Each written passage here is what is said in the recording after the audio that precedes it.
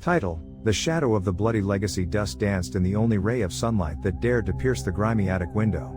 An attic that smelled of oblivion, of rotting wood, and something else, something metallic and rancid that clung to the throat like a cold hand.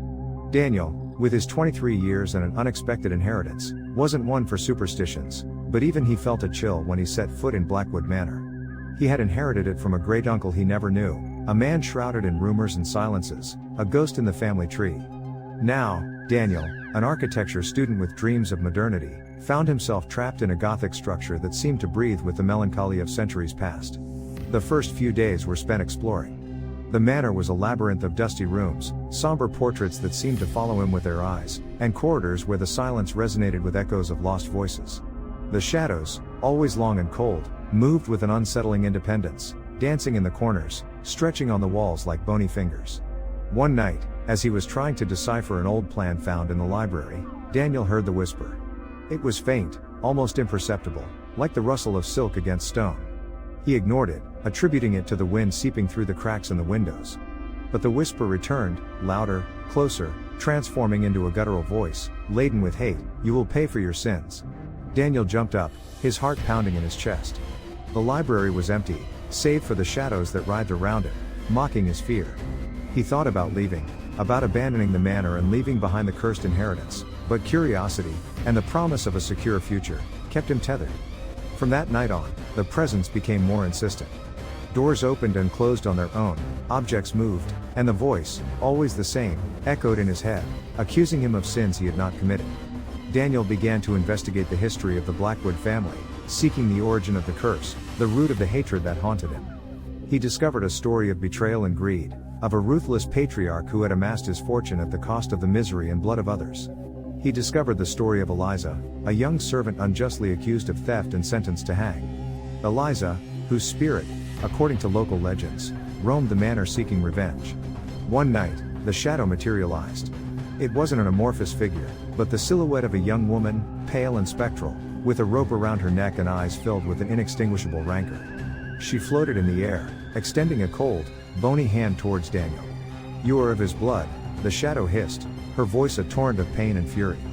"You will pay for what he did." Daniel tried to explain, to plead that he was not responsible for the crimes of his ancestors, but the shadow would not listen to reason.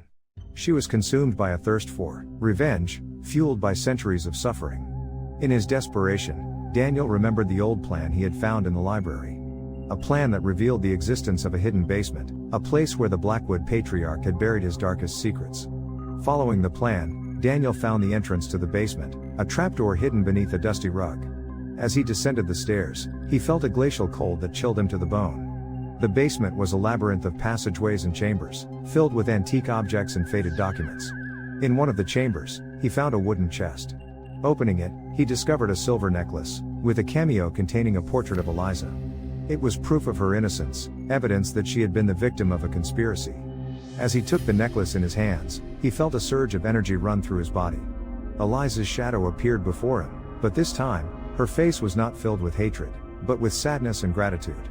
"Thank you," the shadow whispered, her voice soft and melodious. "You have revealed the truth. Now I can rest in peace." With one last look of gratitude, Eliza's shadow vanished, leaving Daniel alone in the dark basement. He had freed the young woman's spirit, but he wasn't sure he had escaped the curse. As he left the basement, he felt a presence stalking him. It wasn't Eliza's shadow, but something darker, more powerful. It was the shadow of the Blackwood patriarch, an evil spirit that fed on suffering and despair.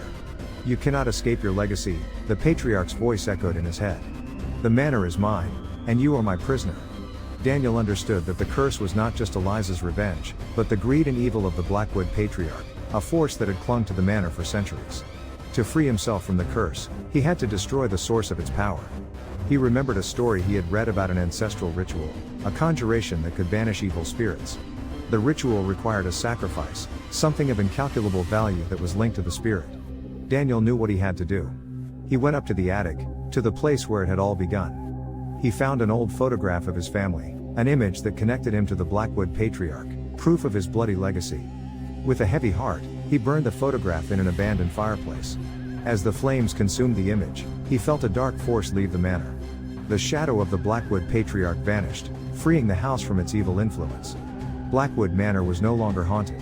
The air was cleaner, the light brighter. But Daniel knew that the past would always be present, reminding him of the importance of justice and redemption. He stayed in the manor, determined to restore it and transform it into a place of peace and reconciliation. He built a garden in memory of Eliza, a place where flowers bloomed and birds sang.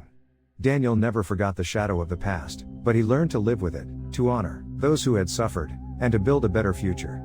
Blackwood Manor was no longer a place of terror, but a symbol of hope and renewal. And Daniel, the young man who had inherited a curse, became the guardian of a legacy of love and forgiveness.